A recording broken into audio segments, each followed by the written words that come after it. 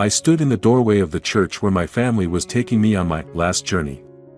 My son Mark was giving the eulogy and Kristen was wiping away fake tears. They were celebrating that I was gone, sharing the legacy I had earned with sweat and blood. But I was alive. I walked into the church and said, "You are celebrating early." Their faces turned white, as if they had seen a ghost. And that was just the beginning. Before we continue, please subscribe to the channel and let us know where you are listening in the comments. The first thing I felt was pain, a dull ache radiating from my chest, as if someone had parked a truck on my ribs. My eyelids fluttered, heavy as lead, and the world swam into focus, blurred, sterile, wrong. A steady beat pierced the fog in my head, matched by the rhythmic hum of machines.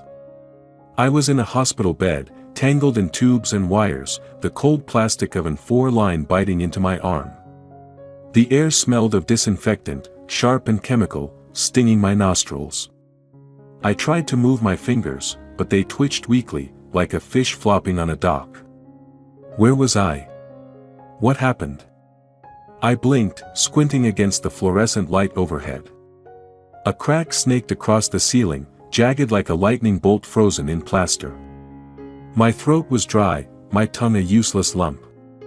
I wanted to call out, but all I managed was a raspy croak. Footsteps approached, quick and soft, and a woman's face appeared above me, brown eyes, graying hair tucked into a bun, a nurse's badge clipped to her scrubs. "Janet," it read. "Mr. Turner, oh my goodness, you're awake." Her voice was bright, almost giddy, like she'd won a prize. "It's a miracle, truly. Let me get the doctor." She bustled away before I could respond, her sneakers squeaking on the linoleum. A miracle? I didn't feel miraculous. I felt like I'd been chewed up and spit out. Fragments of memory flickered, screeching tires, the crunch of metal, a blinding flash of headlights. An accident. I'd been driving home from the office, hadn't I? The details slipped away, like water through my fingers. I shifted, wincing as pain shot through my ribs.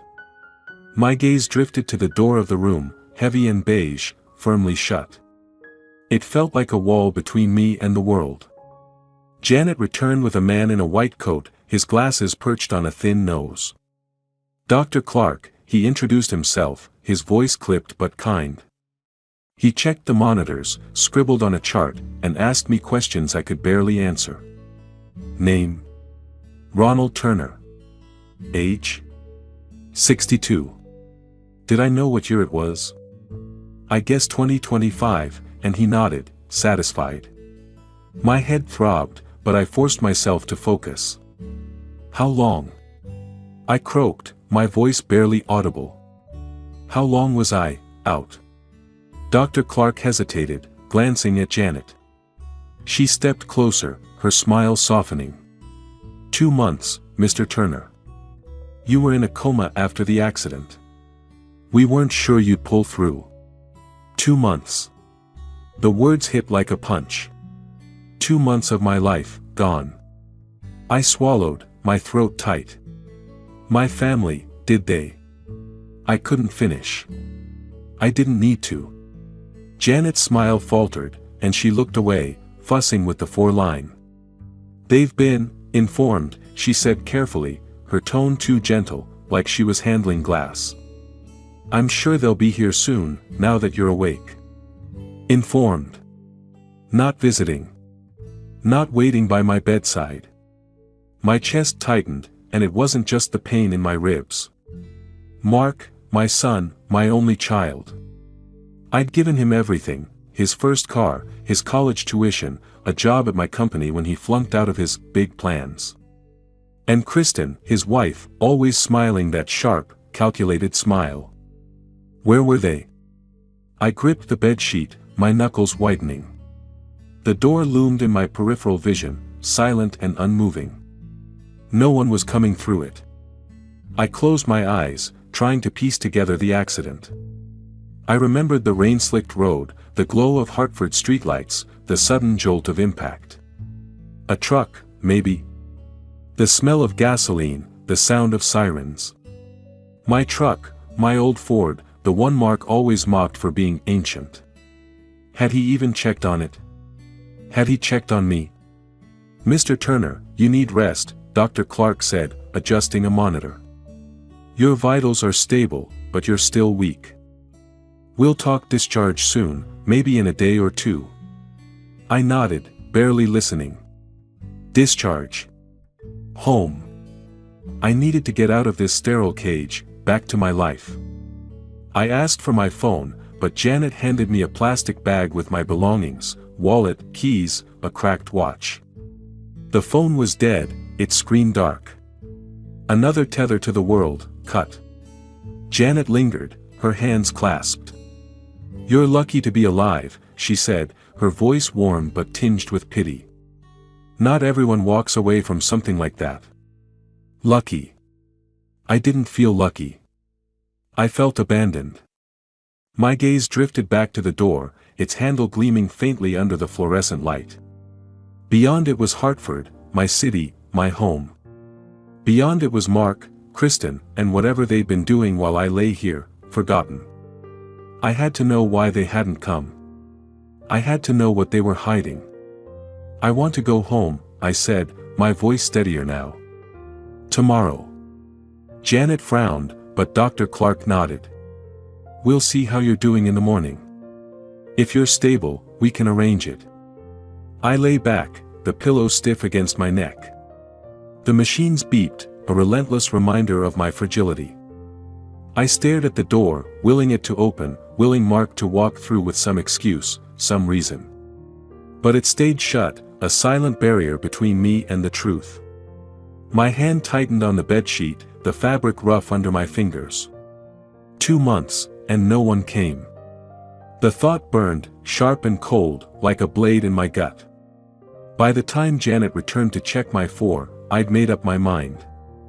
"Call me a taxi tomorrow," I told her, my voice low but firm. "I'm going home." She nodded, her expression unreadable. I turned my head to the window, where the first light of a May morning crept through the blinds. Hartford lay out there, its red brick buildings and budding trees waiting for me.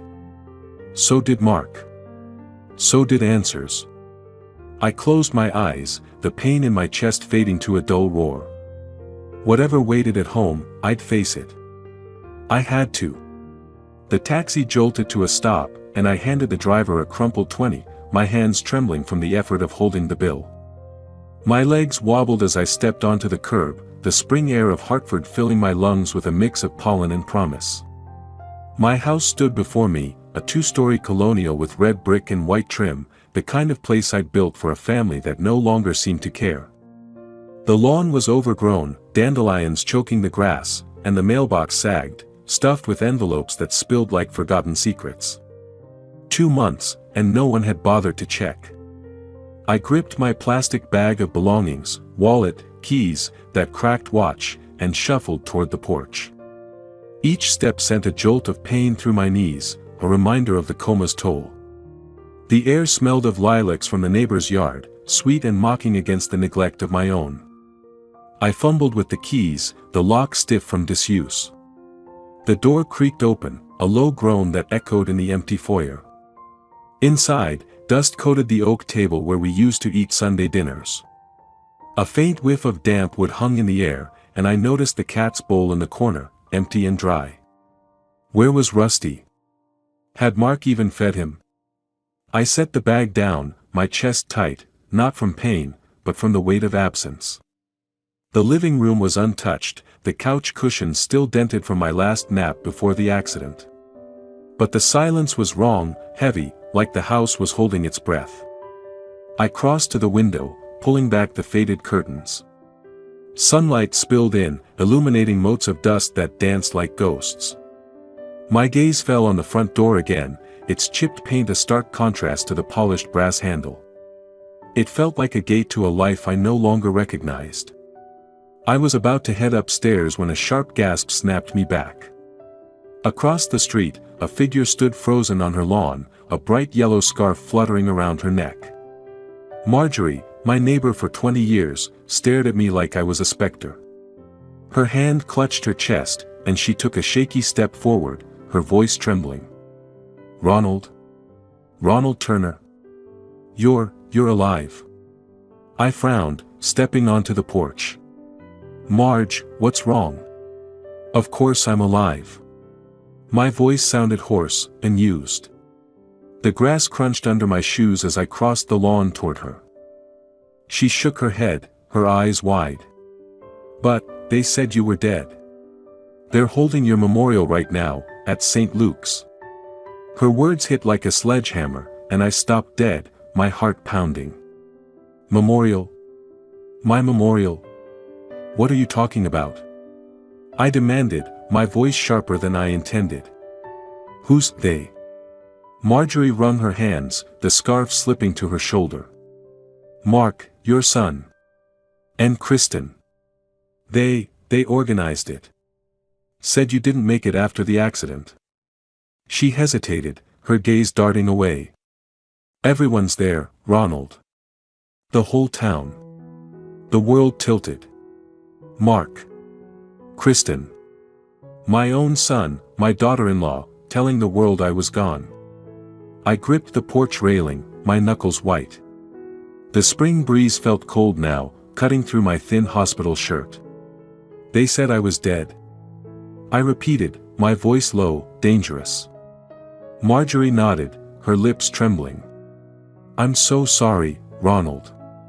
I thought, we all thought," she trailed off, tears welling in her eyes. I turned away, my gaze locking on the house, my life, left to rot while they played their game. I thought of Mark, his lazy grin as he asked for, just one more loan. Kristen, her eyes glinting when she admired my company's balance sheets. They'd planned this, hadn't they? While I lay in that hospital bed, fighting to breathe, they'd buried me in their minds, maybe in their hearts. For what? Money? My company? The thought burned, a slow, searing rage that steadied my shaking hands. I looked back at Marjorie, her face pale with shock. "Where's St. Luke's from here?" I asked, though I knew the way. I needed to hear it, to anchor myself. "Down Elm Street, 10 minutes walk," she said softly. "Ronald, are you sure you're—" "I'm sure," I cut her off, my voice hard. I turned back to the house, catching my reflection in the foyer mirror as I passed. Gray hair, sunken cheeks, eyes like chipped flint. I barely recognized myself, but the man in the mirror had a purpose. I grabbed my jacket from the hall closet, ignoring the ache in my bones. The door swung shut behind me with a hollow thud, and I stepped onto the sidewalk, my shoes scuffing the pavement. The street was quiet, the kind of May afternoon where kids should be riding bikes and neighbors chatting over fences. Instead, it felt like a stage, empty except for me and the truth waiting at St. Luke's. I walked faster, ignoring the tremor in my legs. The church was close, its steeple piercing the sky like a needle. I could hear the faint toll of bells now, slow and mournful, calling me forward. My mind raced, piecing together Marjorie's words. A memorial. My memorial. Mark's voice, Kristen's crocodile tears, they'd turned my life into a performance, a lie. I clenched my fists, the cracked watch digging into my palm. Whatever they were playing at, it ended today. The bells grew louder, and I rounded the corner, the church's stone facade looming ahead. My heart pounded, not from weakness, but from a fire I hadn't felt in years. They thought I was gone. They were wrong. The streets of Hartford unfolded before me, a patchwork of cobblestone and blooming magnolias, but I barely saw them.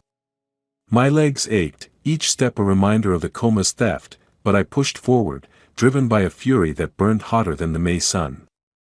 The air carried the scent of fresh-cut grass and coffee from a corner cafe, but it couldn't mask the bitterness in my throat. Mark, my son, my blood, had declared me dead. Kristen, with her polished nails and sharper ambition, had helped him. Why? The question gnawed at me, a splinter in my mind, as I walked toward St. Luke's. Elm Street was quiet, the kind of quiet that amplifies every sound, the rustle of leaves, the distant hum of a car, the toll of church bells calling me closer.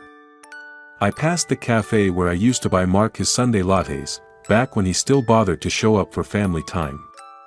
The memory stung, him at 16, all elbows and dreams, promising to make me proud.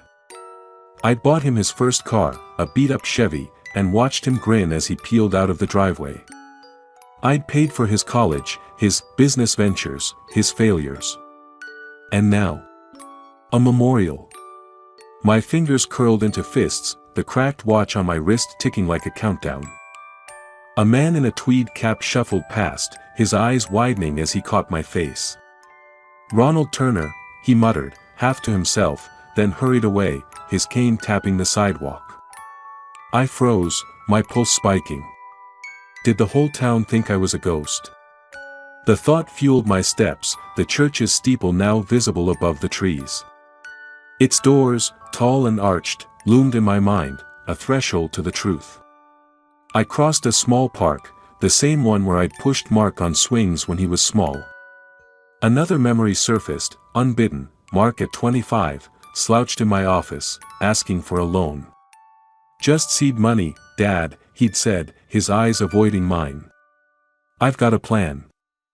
I'd written the check, ignoring the warning in my gut. Months later, I found out he'd blown it on a sports car and a Vegas trip with Kristen. I'd forgiven him, like always. But this? Declaring me dead? This was no mistake. This was betrayal, carved deep. The bells tolled again, louder now, vibrating in my chest. I rounded a corner, and St. Luke's came into view, its stone walls glowing in the afternoon light. Potted flowers lined the steps, their petals scattered on the cobblestone like confetti from a cruel joke. My breath hitched, not from exhaustion, but from the weight of what lay ahead. I thought of Kristen, her voice dripping honey as she admired my house, my company, my life. "You've built something special, Ronald," she'd said once, her eyes calculating. I'd brushed it off then. Now, I saw it for what it was, greed, dressed up in charm. A woman with a stroller passed me, her glance lingering too long. I kept moving, my shoes scuffing the pavement. The church was close, its doors just across the street. I could hear faint voices now, a murmur of hymns seeping through the stone. My hand brushed the cracked watch, its face frozen at 7:42, the time of the accident, maybe, or the moment my life fractured. I didn't know. What I did know was that Mark and Kristen had crossed a line, and I was done forgiving. I stopped at the edge of the sidewalk, the church's shadow falling over me. The doors were heavy oak, carved with crosses, their handles worn from years of hands seeking solace. To me, they were a gate to answers, to justice. My chest tightened, not with pain, but with purpose. I thought of Mark's lazy grin, Kristen's practiced tears. They'd played their parts, convinced the world I was gone.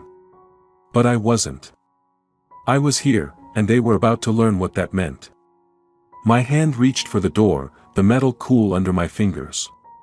The hymns grew clearer, a soft chorus of mourning for a man who wasn't dead. My heart pounded, a drumbeat of rage and resolve. Whatever waited inside, lies, excuses, or something worse, I was ready. I had to be. The bells tolled once more, and I tightened my grip, the door creaking as I began to pull. The heavy oak doors of St. Luke's groaned as I shoved them open, the sound cutting through the soft hymn like a blade. The air inside was thick with the scent of incense and wax, and the flickering glow of candles cast shadows on the Gothic stained glass windows. Rows of pews stretched before me, filled with faces I'd known for years, neighbors, colleagues, old friends, all frozen mid-note, their eyes wide as I stepped into the light. My silhouette loomed against the spring sunlight streaming through the open doors, and I let the moment hang, my heart pounding with a cold, steady fire. "You're celebrating a bit early, aren't you?" My voice rang out, sharp and deliberate, slicing through the silence. Gasps rippled through the crowd. A woman in a black hat clutched her chest, whispering "ghost" to her husband. An elderly couple near the back stumbled toward the aisle, their footsteps echoing on the hardwood floor. I stood firm, My gaze locked on the front pew where Mark and Kristen sat, their heads snapping toward me like puppets on strings. Mark's face drained of color, his mouth half open as if words had abandoned him. Kristen's hand tightened on her purse, her knuckles white, her perfect makeup doing little to hide the panic in her eyes. The hymnals trembled in people's hands, and the candles along the altar flickered as a draft swept through the open doors behind me, a fitting symbol of the lie I'd just shattered. I took a step forward, my shoes scuffing the polished floor. The pain in my chest was gone, replaced by a clarity I hadn't felt in months. "Thought I was dead, did you?" I said, my voice low but carrying to every corner. "Funny how quick you moved on." The crowd shifted, whispers buzzing like flies. Mark lurched to his feet, his tie askew, and hurried down the aisle toward me.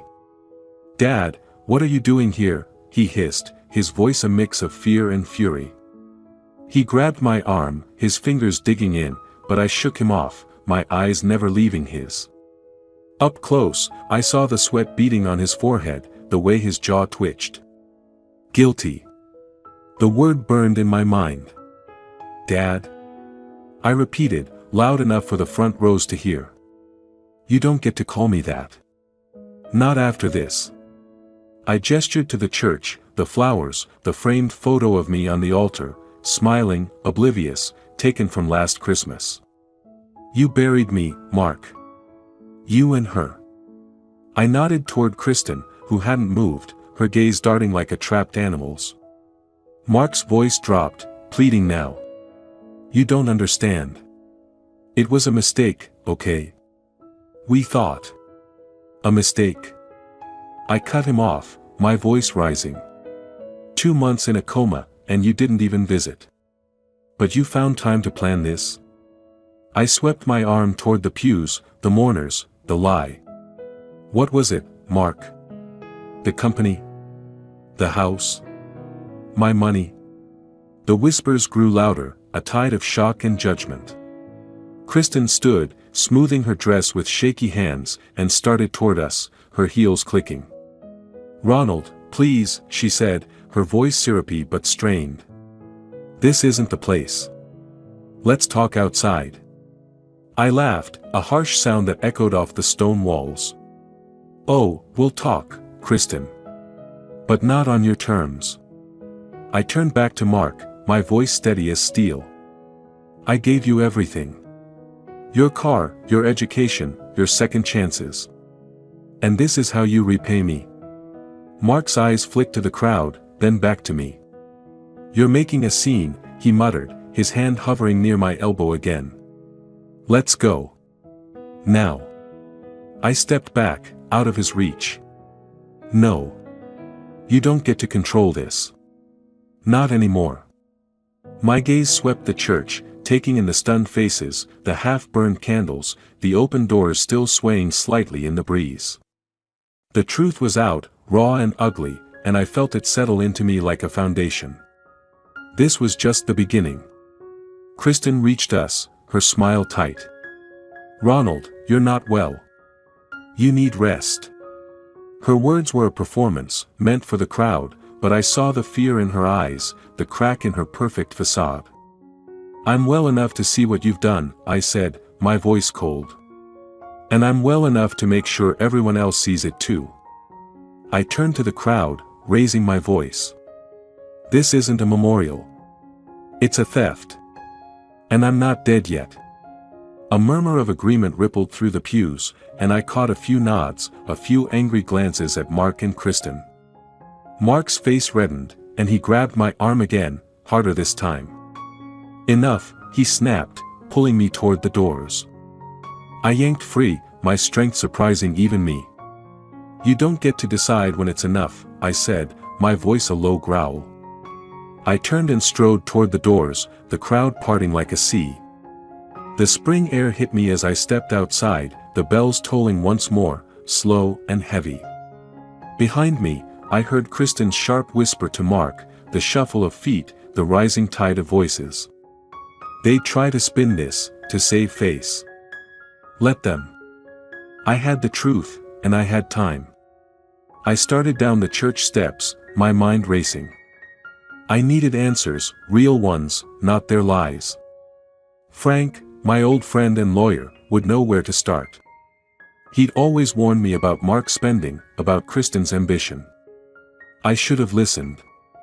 The street stretched before me, lined with blooming dogwoods, their petals drifting like snow. I clenched my fists, the ache in my chest now a distant echo. Whatever Mark and Kristen were planning, I'd find out. And I'd stop them. The PAB smelled of hops and old wood, the kind of place where Hartford's locals gathered to drown their days in amber light and quiet chatter. I sat at a corner table, the folder from Frank unopened in front of me, its edges worn from my restless fingers. The glass of beer I'd ordered sat untouched. Beads of condensation pooling on the scarred tabletop. A crack ran along the wall beside me, jagged like the fault line in my life. I'd come here after the church, needing a place to think, to breathe, away from the whispers and lies.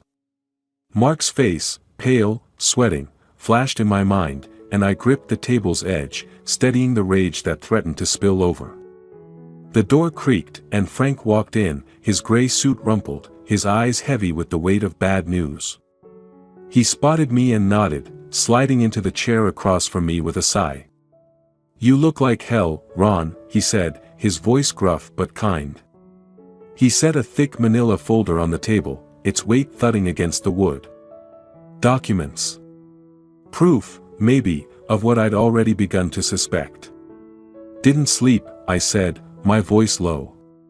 "What have you got?" Frank leaned forward, his fingers tapping the folder. "You sure you want to do this now? After the stunt you pulled at St. Luke's, half the town's talking. Let them talk." I met his gaze, unflinching. "Show me." He exhaled, flipping open the folder. Papers spilled out, legal forms, signatures, stamps that looked too official to be fake. "This," he said, sliding a document toward me, "is a death certificate. Yours. Dated a month ago." My name stared back at me in crisp black ink, Ronald James Turner, deceased. The paper trembled slightly in my hand, not from weakness, but from a fury I could barely contain. "They forged it," I said, not a question. The words tasted like ash. Frank nodded. "Mark filed it with the county. Kristen hired a lawyer, some slick out-of-towner, to push the paperwork through. They've been working fast, Ron. Your company's already on the market. They've got buyers lined up, ready to carve it up." I set the certificate down, my fingers curling into fists. My company, 30 years of sweat, late nights, and deals sealed on handshakes, reduced to a payday for my son and his scheming wife. I thought of Kristen's voice at the church, smooth as silk, urging me to rest. I thought of Mark's sweaty palms, his lies crumbling under the weight of my presence. They'd planned this while I lay in a coma, my life hanging by a thread. How'd they pull it off? I asked, my voice steady despite the storm inside. Frank rubbed his jaw, glancing around the PAB.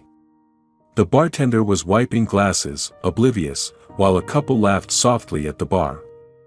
"They claimed the hospital lost track of you," he said. "Told everyone you died in surgery. With no visitors, no one to contradict them, it was easy. They had your will, too, altered, of course. Everything goes to Mark."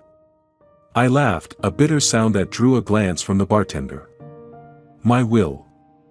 I left him the house, the savings, but not the company.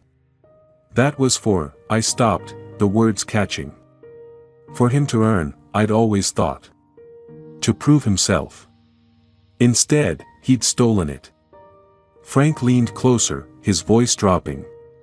"Ron, you've got grounds to fight this. Fraud, forgery, theft. But it's messy. They've got money, your money, and a head start. You need to be smart, not loud." "Smart," I repeated, tasting the word. Smart meant planning, waiting, striking when they least expected it. I thought of Kristen's panicked eyes, Mark's trembling hands. They were sloppy, scared. I could use that. What else is in there? I nodded at the folder. He slid another paper over, a contract with a buyer's name I didn't recognize. They're selling to a developer. Big money, fast deal. Closings in 2 weeks. His eyes met mine, steady but worried. You've got time, but not much. I stared at the contract, the numbers blurring. Millions.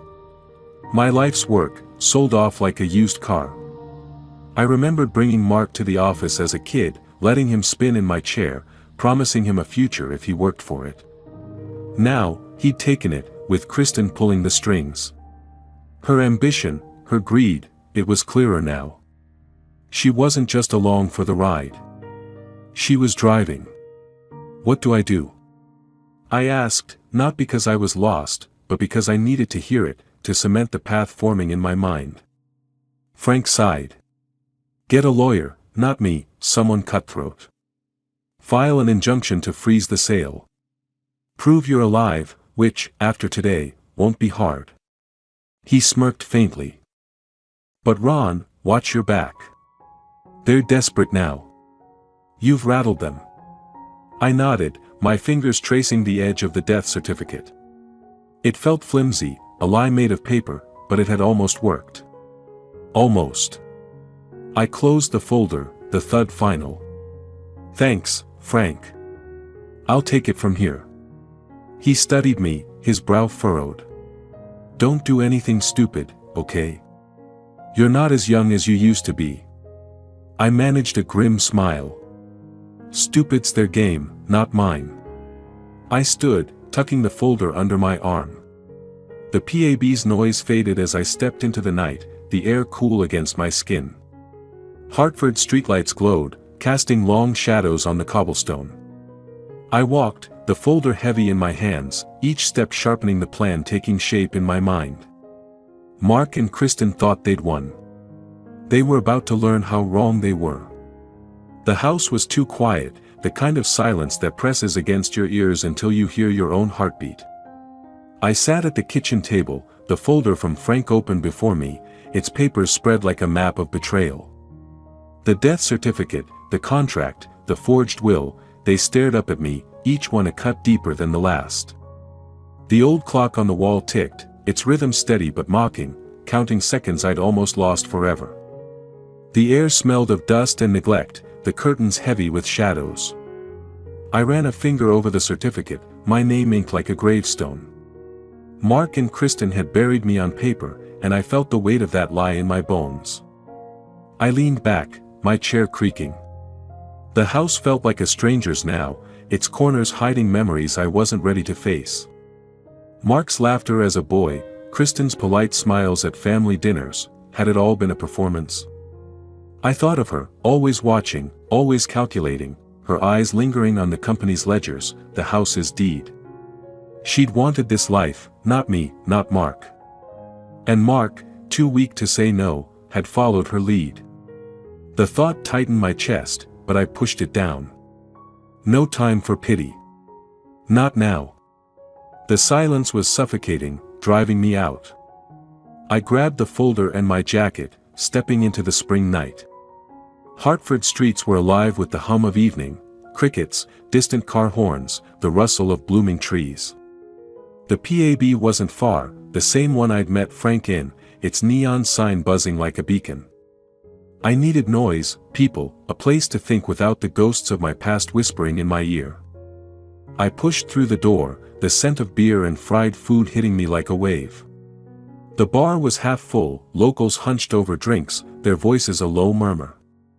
I settled at a table near the back, the folder tucked beside me. A waitress dropped off a coffee, black and steaming, and I cupped it, letting the warmth ground me. My eyes scanned the room, landing on a woman at the bar. 50-ish, sharp eyes behind glasses, her fingers flying over a laptop. She glanced up, caught my gaze, and offered a small nod, like she knew me. I didn't recognize her, but something about her, maybe the way she carried herself, confident but not flashy, made me pause. She closed her laptop and walked over, her boots soft on the wooden floor. Ronald Turner, right? Her voice was warm, with a hint of curiosity. "I'm Elaine Harper, with the Hartford Chronicle." She slid into the chair across from me, uninvited but not unwelcome. "Heard about your grand entrance at St. Luke's today." I raised an eyebrow, sipping my coffee. "News travels fast." She smiled, a glint in her eye. "Small town, big story. Mind if I ask what happened?" Her tone was casual, but her gaze was sharp, like she could see the folder under my arm and the weight it carried. I hesitated.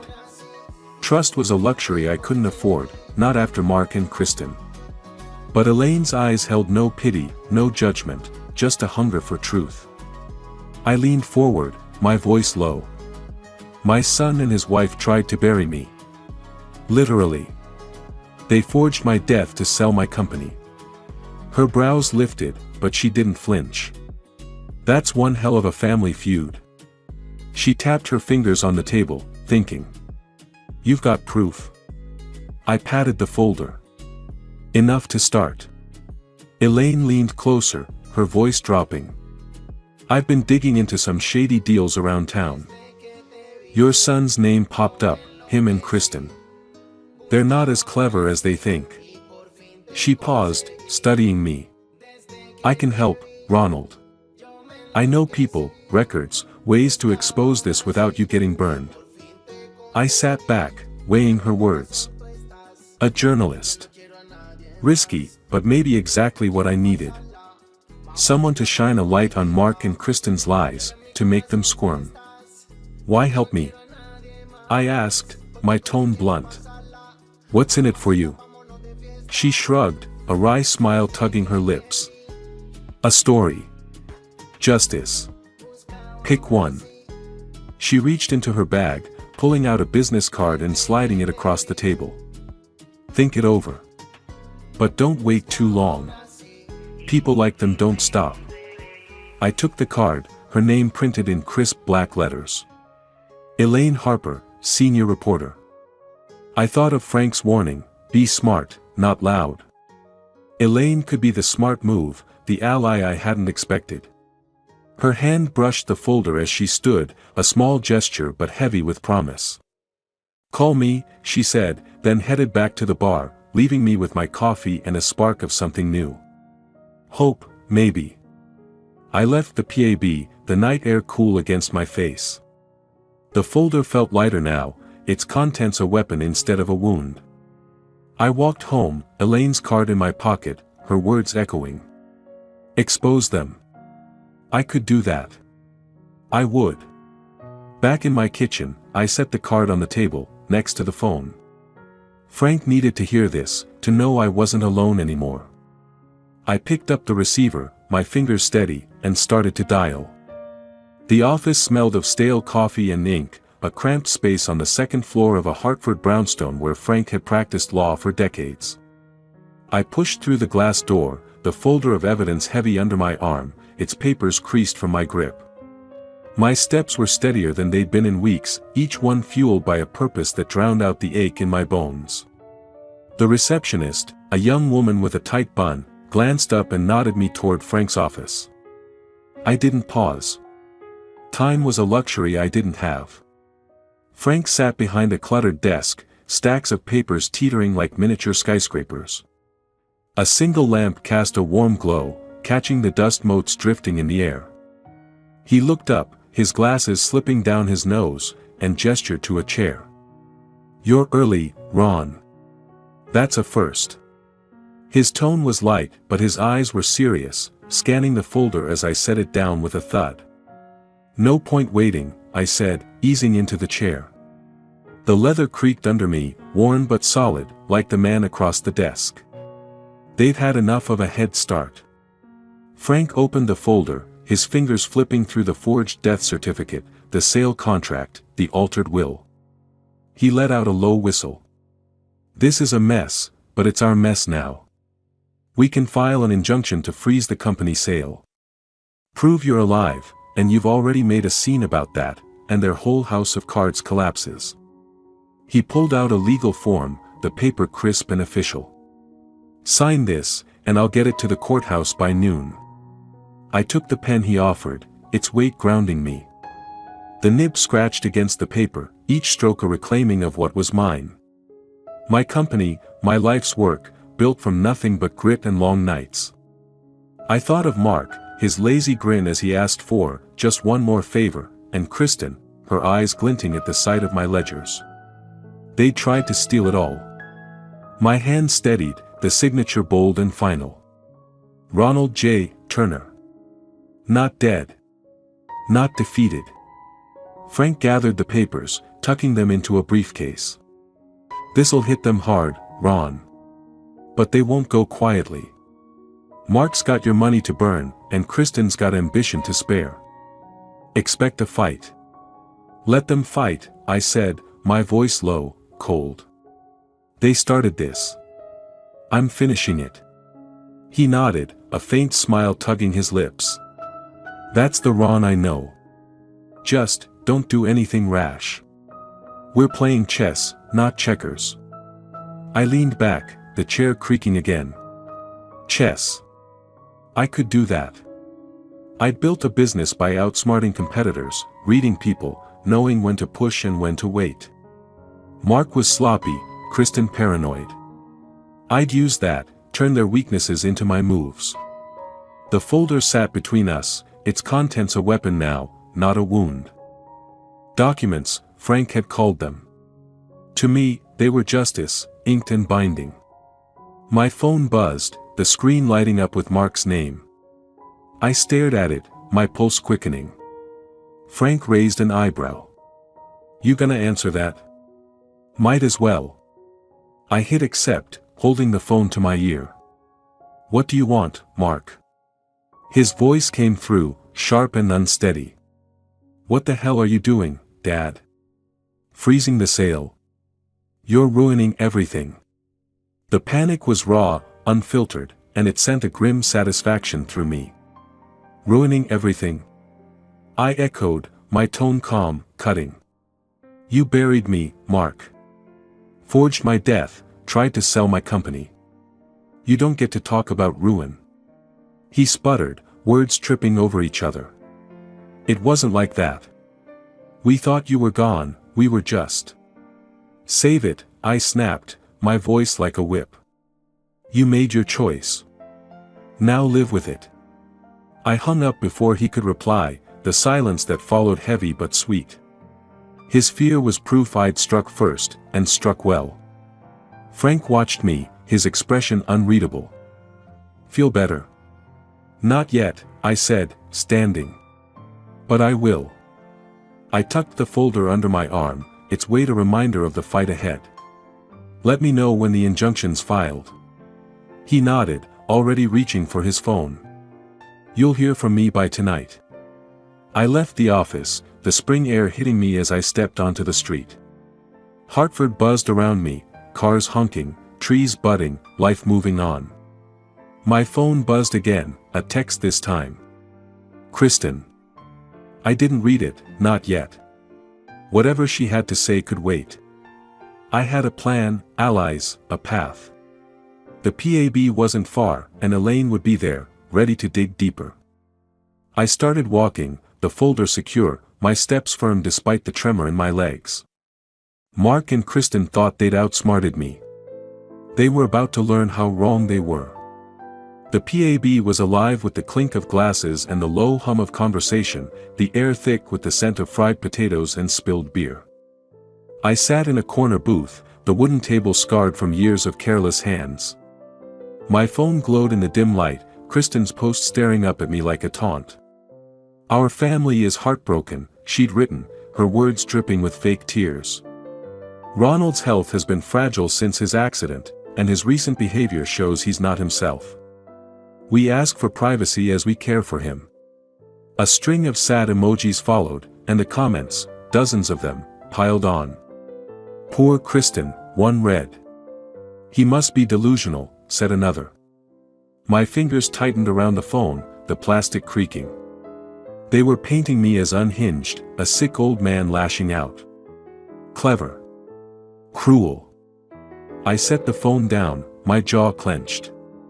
The PAB's noise faded to a dull roar as I processed her move. Kristen wasn't just defending herself, she was attacking, trying to discredit me before I could expose her. Mark might have panicked, but Kristen was calculating, her words a digital document of slander meant to bury me again. I leaned back, the booth's vinyl squeaking, and let the anger settle into something sharper, colder. She'd made a mistake. This post wasn't strength, it was desperation. The door swung open, and Elaine strode in, her laptop bag slung over one shoulder, her hair slightly mussed from the spring breeze. She spotted me and slid into the booth, her eyes flicking to the phone. "Saw Kristen's little performance online," she said, her voice dry, a half-smile playing on her lips.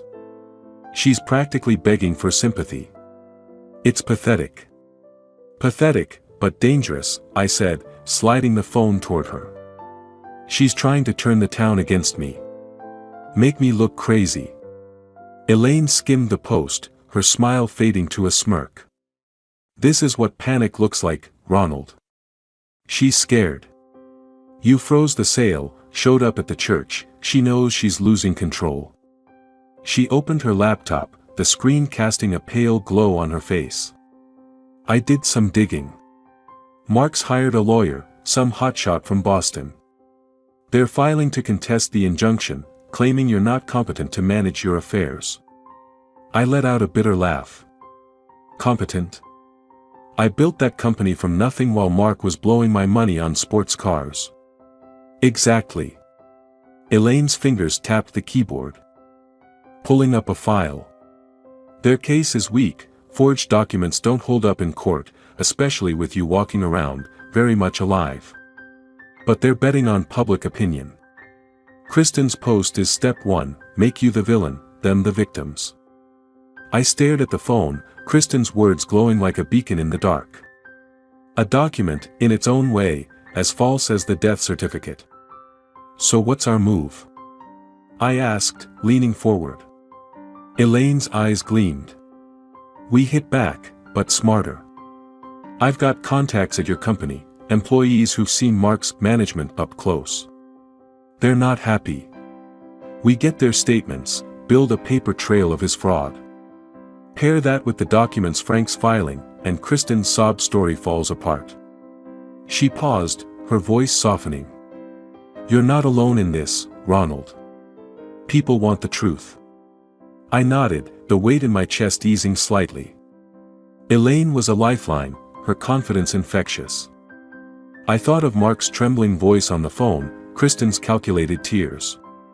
They were scrambling, and I had the upper hand, for now. "How soon can we talk to these employees?" I asked. "Tomorrow," she said, closing her laptop with a snap. "I'll set it up. Meet me at my place, 9 sharp. Bring the folder. We're building a case, not just a story." She stood, slinging her bag over her shoulder. "Get some rest, Ronald.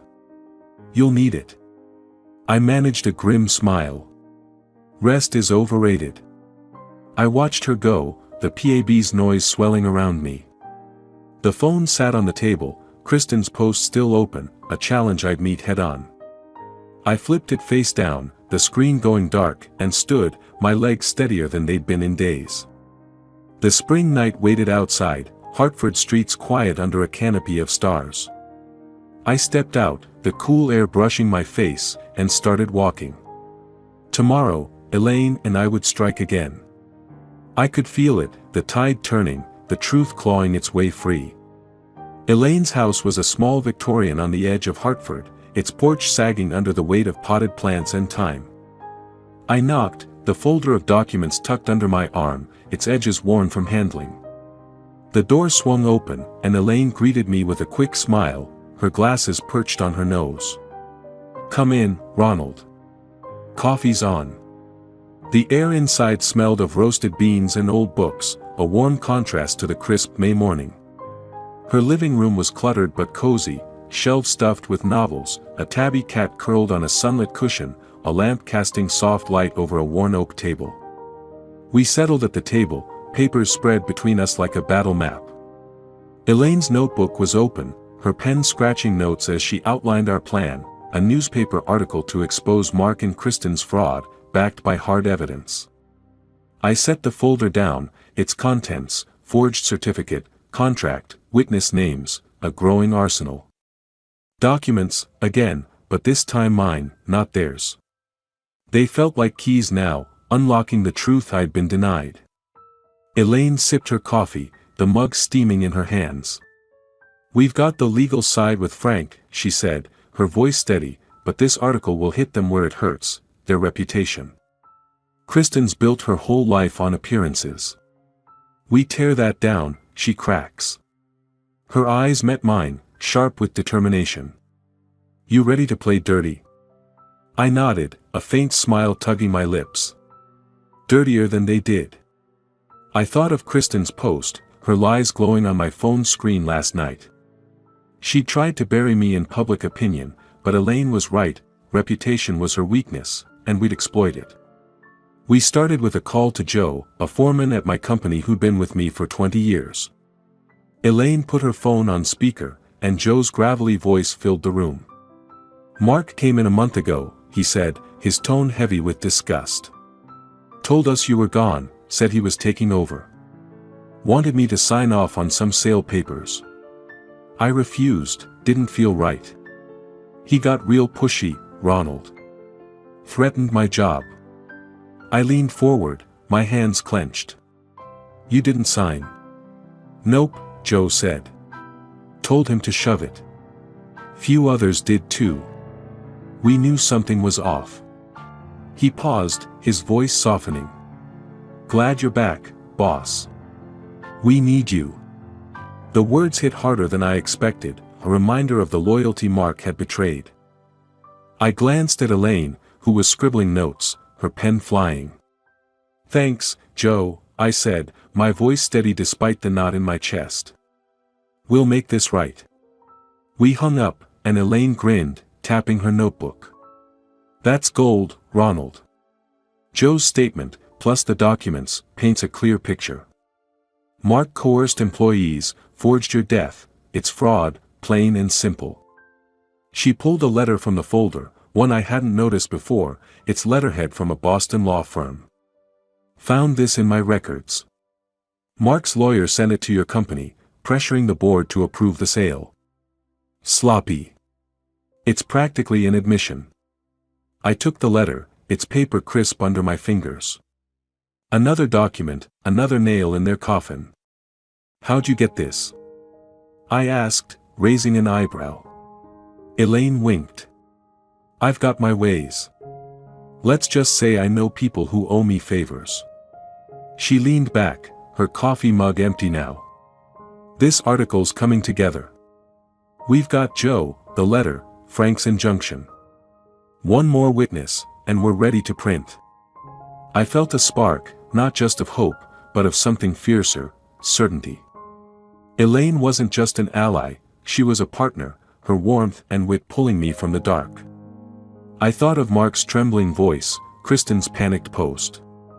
They were unraveling, and we were building. "You're good at this," I said, the words slipping out. She laughed, a sound like bells in the quiet room. "Years of chasing stories, Ronald. You're not so bad yourself. We're a regular detective team."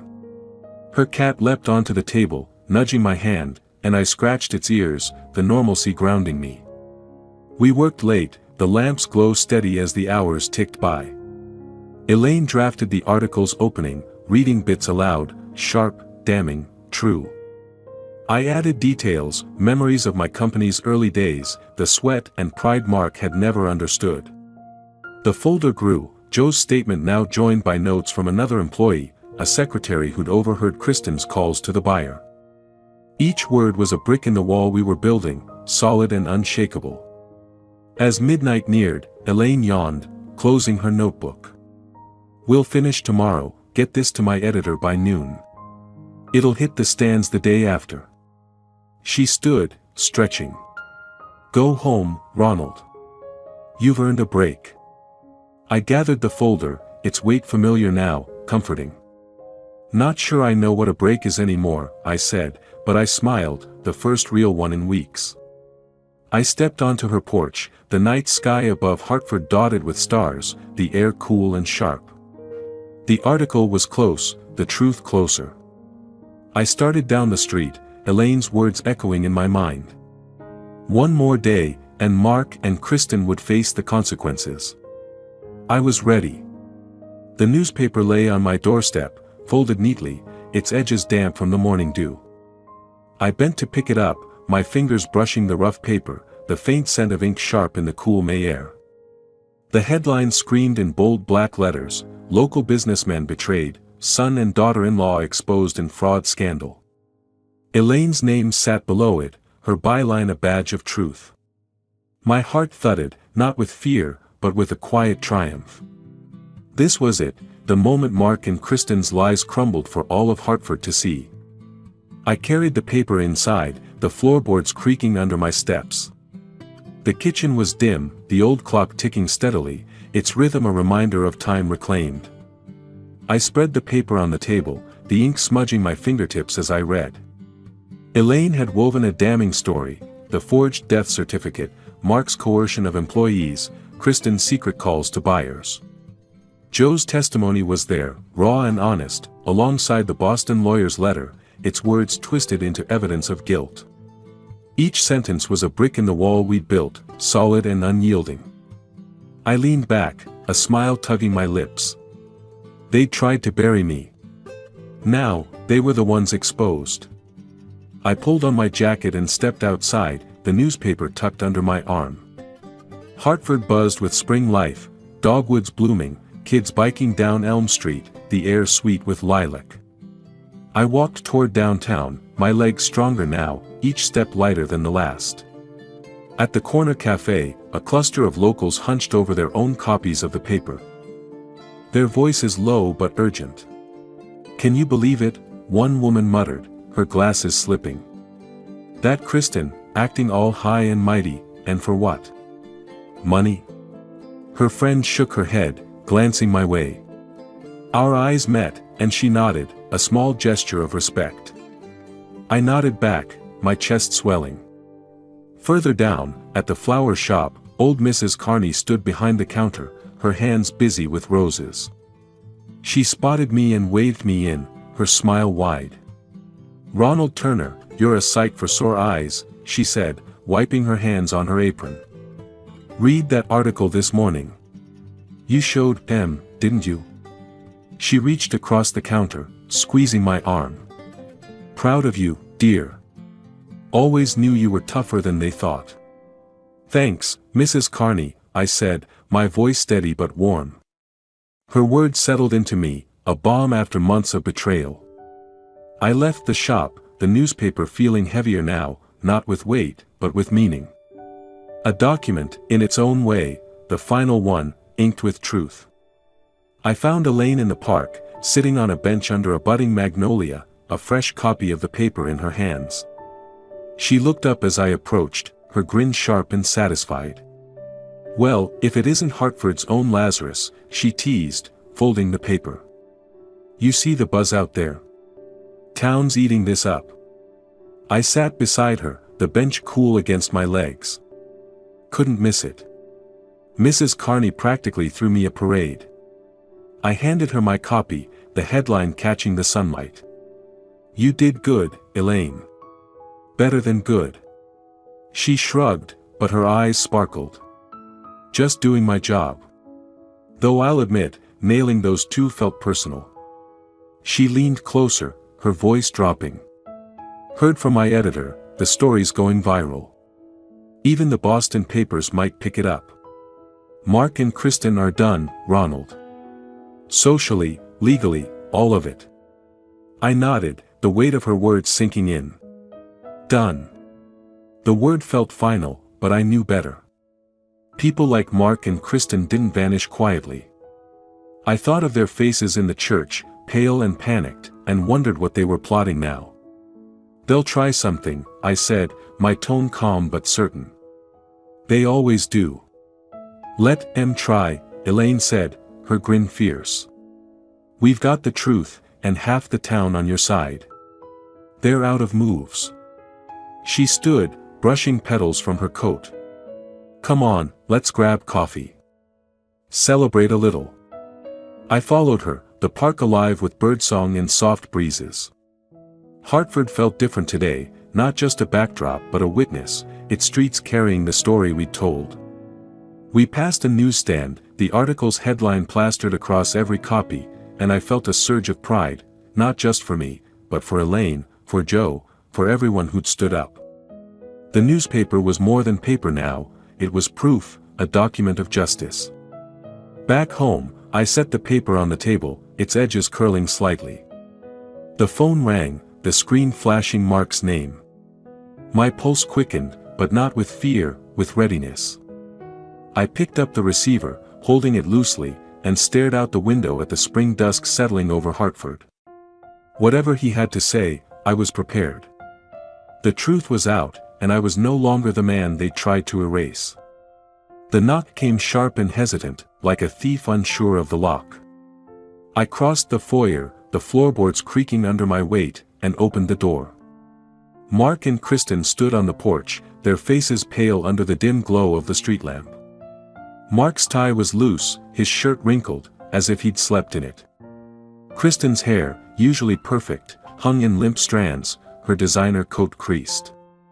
They looked small, diminished, like actors who'd forgotten their lines. The spring mist curled around them, a fitting shroud for their defeat. "Dad," Mark started, his voice low, cracking. "Can we talk?" His eyes darted to the ground, avoiding mine. Kristen clutched her purse, her knuckles white, her lips pressed into a thin line. I stepped aside, gesturing them in. "Say what you came to say." My tone was cold, steady, a wall they couldn't breach. The door shut behind them with a soft thud, its sound final, like a chapter closing. The foyer was dim, the air heavy with the scent of damp wood and old memories. A coffee stain on the rug lay like a scar. A reminder of better days I no longer mourned. They shuffled to the living room, stopping near the couch but not sitting. Mark cleared his throat, his hands fidgeting. "We're sorry, Dad. Really. It got out of hand. We didn't mean for it to go this far." His words were rehearsed, brittle, like glass ready to shatter. Kristen nodded, her voice softer, pleading. "It was a mistake, Ronald. We thought you were gone, and we were just trying to secure the future. For all of us." Her eyes flicked to mine, searching for a crack, but found none. Her apology was a performance, and I was no longer her audience. "A mistake," I said, my voice cutting through their excuses. "You forged my death, Kristen. You and Mark sold my company, my life's work, while I was fighting to breathe in a hospital bed. That's not a mistake. That's betrayal." I stepped closer, my gaze locking on Mark's. "You were my son. I gave you everything. And you chose this." Mark flinched, his shoulders hunching. I know. I screwed up. But we can fix it, Dad. We'll make it right, I swear." His voice broke, and for a moment, I saw the boy he'd been, small, hopeful, mine. But that boy was gone, buried under years of greed and lies. Kristen's composure cracked, her voice rising. "You're being unfair, Ronald. We were scared, okay? And you come back, tearing everything apart, humiliating us in front of the whole town." She gestured wildly, her purse slipping to her elbow.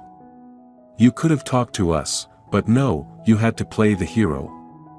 I laughed, a low, bitter sound that silenced her. "Humiliate you? You did that yourselves. The article, the truth, that's on you." I pointed to the door, its frame looming behind them. "You wanted my life, my money, my name. You got none of it. And now you're here, begging. Why? Because the town knows? Because your precious reputation's in tatters?" Kristen's face flushed, her eyes glistening, but she said nothing. Mark stepped forward, his hands outstretched. "Please, Dad. We're family. Doesn't that mean anything? I looked at him, really looked, and felt the last thread of hope snap. Family doesn't bury each other, Mark. My voice was quiet now, final. You made your choice. Live with it. Kristen grabbed Mark's arm, her nails digging in. Let's go, she hissed, her voice trembling. He's made up his mind. She stormed toward the door, Mark trailing like a shadow. I followed, my steps slow, deliberate. The door opened, the mist swirling in, and they stepped out, their silhouettes fading into the night. I closed the door, the lock clicking with a sound that echoed in my chest. It was over. They were gone. I walked to the kitchen, the house silent but no longer oppressive. On the table sat a framed photo of my company's first office, the crew grinning under a summer sky. I traced the edges, my fingers steady. I'd won, not just the company, but my life, my dignity. Tomorrow, I'd meet Elaine, plan the next steps. The phone sat nearby, and I picked it up, dialing her number. The line rang, and I leaned against the counter, the weight of the day lifting, replaced by a quiet resolve. The park smelled of wet grass and blooming magnolias, the May sun filtering through the trees in golden patches. I walked beside Elaine, our steps slow, the crunch of gravel underfoot a steady rhythm. She was laughing, her head tilted back, recounting how her editor had called the article, the scoop of the decade. Her joy was infectious, and I found myself smiling, the weight of the past weeks lighter in her company. Hartford felt alive around us, birds chirping, a jogger passing with a nod, the city breathing with us.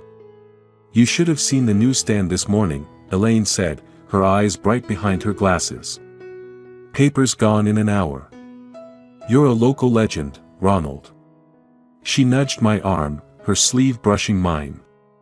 Ever think about writing a book? How to come back from the dead and win? I chuckled, shaking my head. I'll leave the writing to you. I'm better with blueprints. The thought of my company stirred something in me, pride, yes, but also possibility. I'd saved it, but now I wanted more.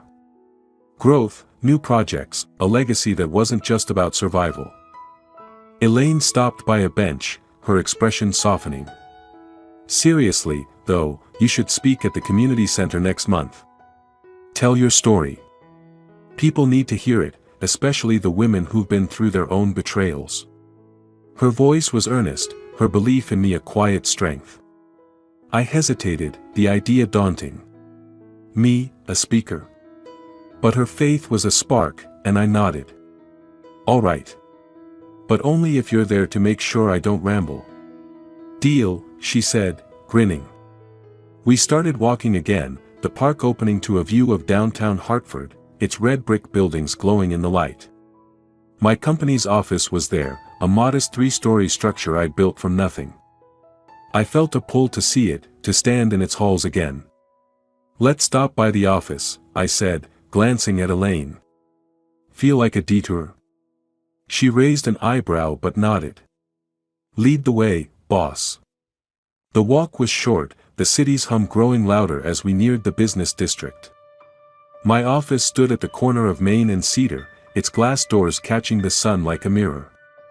I pushed them open, the familiar scent of fresh paint and coffee hitting me. The lobby was quiet, but as we stepped inside, a ripple of movement spread. Joe, my foreman, spotted me first, his weathered face breaking into a grin. Ronald, he called, and suddenly, the room erupted.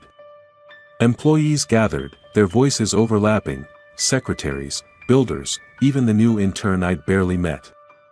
They clapped, the sound echoing off the walls, and I stood frozen, my throat tight. Joe stepped forward, shaking my hand.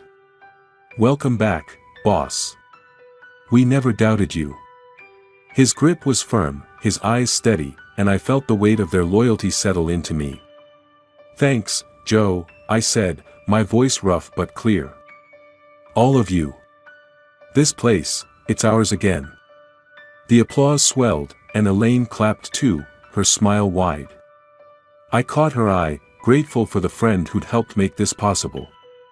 We moved to my office, a small room with a view of Hartford's skyline. The desk was cluttered with plans I'd left months ago, a photo of the original crew tucked in a corner. I ran my fingers over it, the faces familiar, enduring. "We're not stopping here," I told Elaine, my voice firm. "New projects, maybe a branch in New Haven. I'm not done building." She leaned against the doorframe, her arms crossed. "Didn't think you were. You're too stubborn to quit." Her tone was teasing, but her eyes held respect. "Dinner tonight?" "My treat. We've earned it." I nodded, a warmth spreading in my chest. "You're on." I opened the office door, the motion smooth, deliberate, a new beginning, not just for the company, but for me. Back in the lobby, I spoke with the team, sketching plans for a staff meeting, their enthusiasm fueling mine. The future was open, uncharted, mine to shape. As evening fell, I stood at my office window, Hartford's lights twinkling below. The city had seen my fall and rise, and it felt like home again. I grabbed a pen, jotting notes for tomorrow, calls to suppliers, a meeting with Frank, a speech for the community center. The paper filled quickly, my handwriting steady, each word a step forward. Elaine was waiting, and the night held promise. I slipped the pen in my pocket and headed out, the door closing softly behind me. If you liked this story, please like this video, subscribe to the channel, and share your impressions of this story in the comments. To listen to the next story, click on the box on the left. Thank you for watching.